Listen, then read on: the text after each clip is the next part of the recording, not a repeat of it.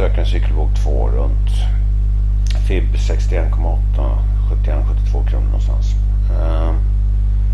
Och det jag tolkar att Brenten har gjort är en större våg A, B, och jag söker här då via primär, sekundär, tertiär trenden ner en ABC-rörelse ner mot målnivån då, 71-72. Går jag in lite för att se vad som har hänt i veckan, så har Brenten stuckit iväg här, troligtvis beroende på Ukraina-krisen då. Och rörelsen är inte ett rent C, utan 2, 3, 4, 5. 3 verkar kortast, och det går inte. Och då öppnas alternativet att det är en annan form av rörelse här. Det kan vara då 1 A, B, C, 2. Början på en 3, men sen bryter han ner här. Så den går inte. Och då är alternativet en mer komplex ABC. Så A, A, B, C, B och sen ett C.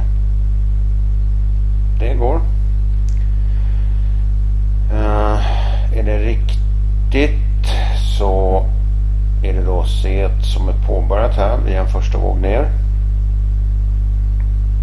Och målet för en sån rörelse,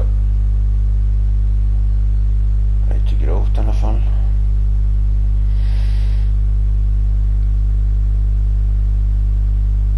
tänkte jag som det ser ett lika med 8, och då får jag, ja den står där, 95 ungefär.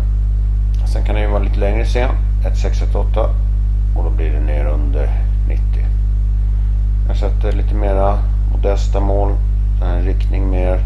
Jag förväntar mig här det är ett A, en uppgång igen till ett B, och sen en eventuellt avslutande C-våg ner då, mot målområdet 71-72.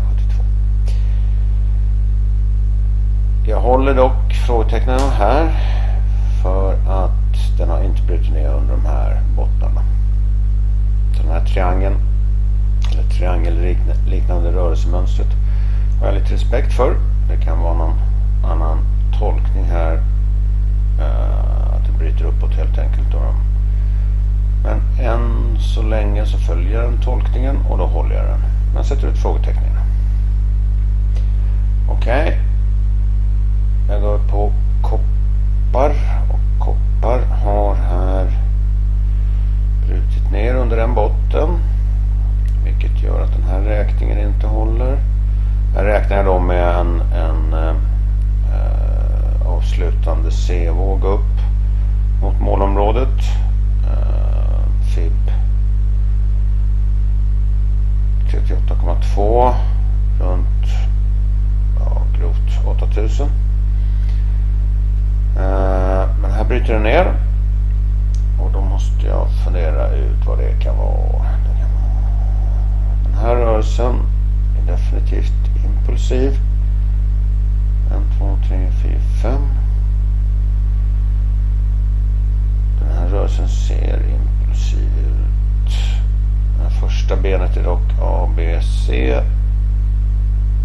Och jag ringar 5 vågor. A, B, C, A, B. Det här ser ut som en 3, 4, 5. Det kan alltså vara så, i och med att den här får man ha lite finare diagram, men i och med att den inte verkar överlappa den, så kan det alltså vara en impulsiv rörelse ner. Här får jag gå in och kika på ett finare diagram för att se om den överlappar den. Då är det här definitivt en ABC-rörelse. Och är det här en ABC-rörelse ner, vilket jag tolkar det som, för att den inledande vågen här är 3 vågor bara, så skulle jag sätta, ska vi se,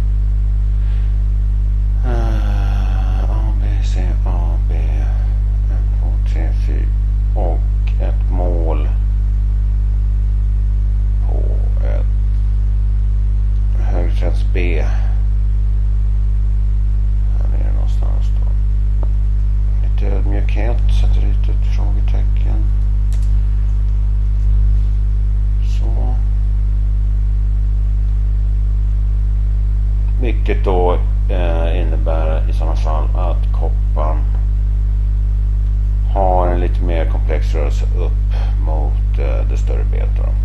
Väldigt ofta är det ju så att många väntar sig en A, B och sen 5 vågor i C. Men mer vanligt är ju faktiskt att den delar in sig i de olika deltrenderna. A, B, A, B, A, B och så bara följa med den färgkod man har för att hålla reda på trenderna. Så den bort. Och bryts den linjen då, alltså den botten, ja då är det stora bet inne här helt enkelt. Och den här är väl kort, sånt har hänt förr. Men jag anser att det mest troliga är att den ska efter fullbordad rekyl ner här upp. Och ur det större perspektivet är ju detta en rekyl och sen ska den falla neråt då. Okej, jag går vidare till guld för att se om den har gjort något liknande som koppar. Det har den inte. Den fortsätter sin rörelse upp. 1, 2, 3, 4. Vad är det här då? 1, 2, 3, 4, 5. Lite lustig rörelse där. 3. 1, 2, 3. Ja, jag skulle säga att det är 3 och det är A, B, 1, 2. Och det innebär i sådana fall att guld ska fortsätta ner till en 4. Jag har ingen aning på färgerna.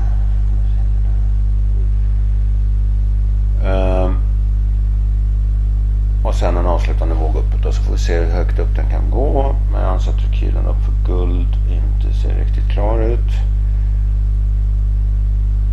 Utan det borde finnas en våg till.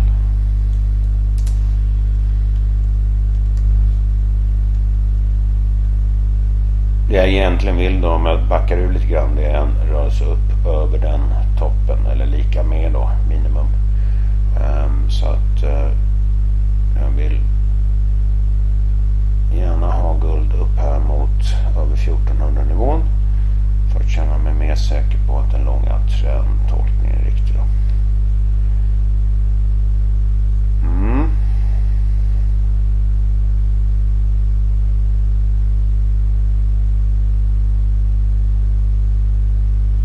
Ja, det här ser mest troligt ut. Jag håller en 3 upp, rekyl ner och sen en eventuellt avslutande våg. Får se om det blir mer komplext, att det blir mer ABC-mönster här då. Men nu tar vi efter vart vågorna kommer in. Silver.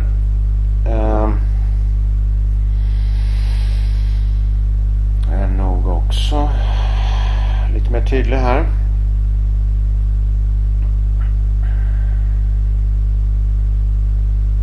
Så länge den toppen håller här så kan till och med 4 vara inne här.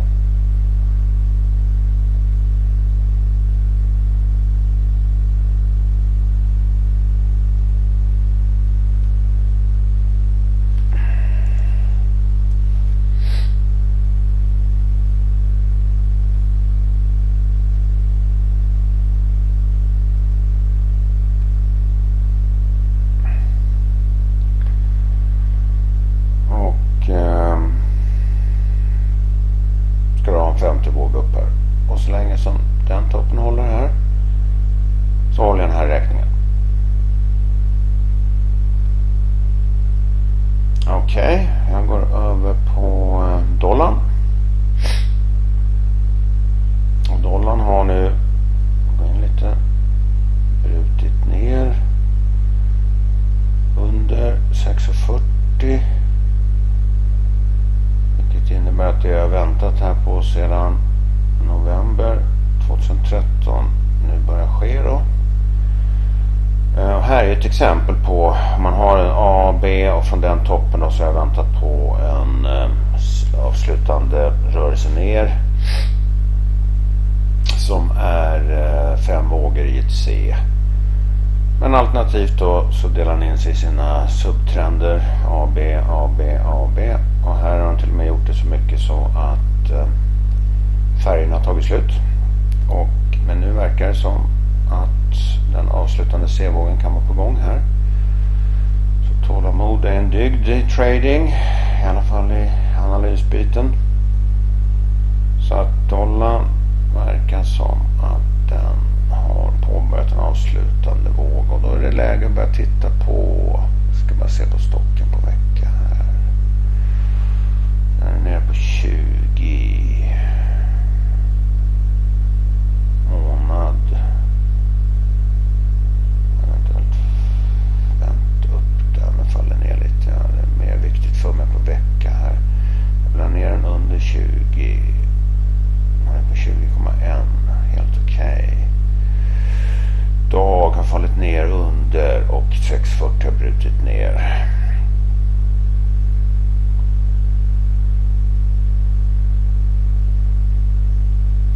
En, två. Och här är då frågan hur lång trean är. Trean kan ju dra på lite, så jag sätter bara ut egentligen 1-2 här. Vi ser var den här tar vägen. Det ser ut som den kan dra på lite neråt. Men det jag gör, för att göra det enkelt för mig, så sätter jag ut ett grovt mål. Jag tar A.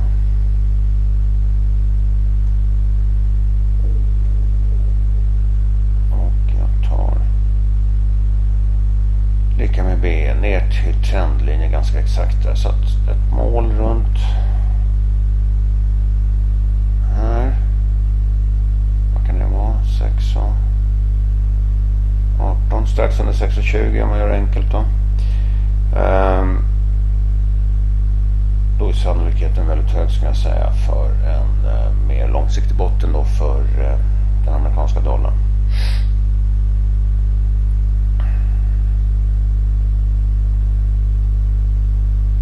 Och är den då 1,618, ja, då kommer den ner lite mer mot där C2 står, alltså strax under 6-nivån. Så det gäller att vara lite mer på vågorna, vänta på en konfirmerad vändning om man är på den säkra sidan.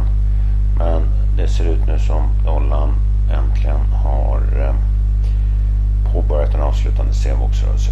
Så får vi se hur det utvecklar sig. Min tes då är ju att den här vändningen kan komma in i samband med en större topp för börsen.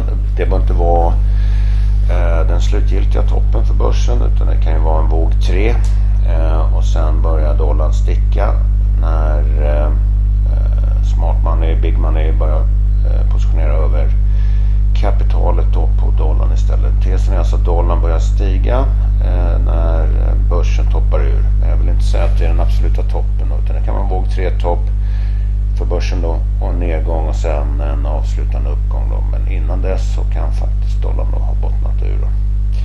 Synkar det lite med räntorna också, dollarn, räntorna plus börsen, så borde man ha en ganska bra bild över hur kapital ska flytta på sig. Så att räntorna förväntar jag mig en fortsatt nedgång i en rekyl i en långsiktig uppgång. Så att räntorna, det jag har här på den långa räntan, det är att den har bottnat ur och att den nu över ett 10-tal år, 20-tal år är stigande. Och det den befinner sig i den första rörelse upp hit, och den befinner sig i en rekyl som jag inte tror är klar. Han stack lite här på Ukraina, men det ser inte ut som någon större rörelse. Han hickar till bara. Så att jag tror att den ska fortsätta falla, alltså börsen också fortsätta stiga. Och sen ska räntorna efter den här botten då, dra iväg uppåt. Jag tittar på USA. Ja, lite mer nervös här. Han drar upp. A, B, C. Så länge den toppen håller här så tror jag inte riktigt den här är klar. Rörelsen neråt då. Okej, sammanfattningsvis. Min förväntan är att Fed fortsätter sin tapering. Vilket då innebär att börsen under 2014 ska toppa ur. Och när tapering kommer till sommaren eller till hösten här så toppar börserna ur och dollarn ska vända, stiga, hitta sin botten. Jag fortsätter följa vågorna och än så länge verkar analysen stämma väl. Så att det är bara att följa med de kortare rörelserna också. Okej, det var allt för mig denna gång. Ha en riktigt trevlig helg och lycka till i veckan. Hej då!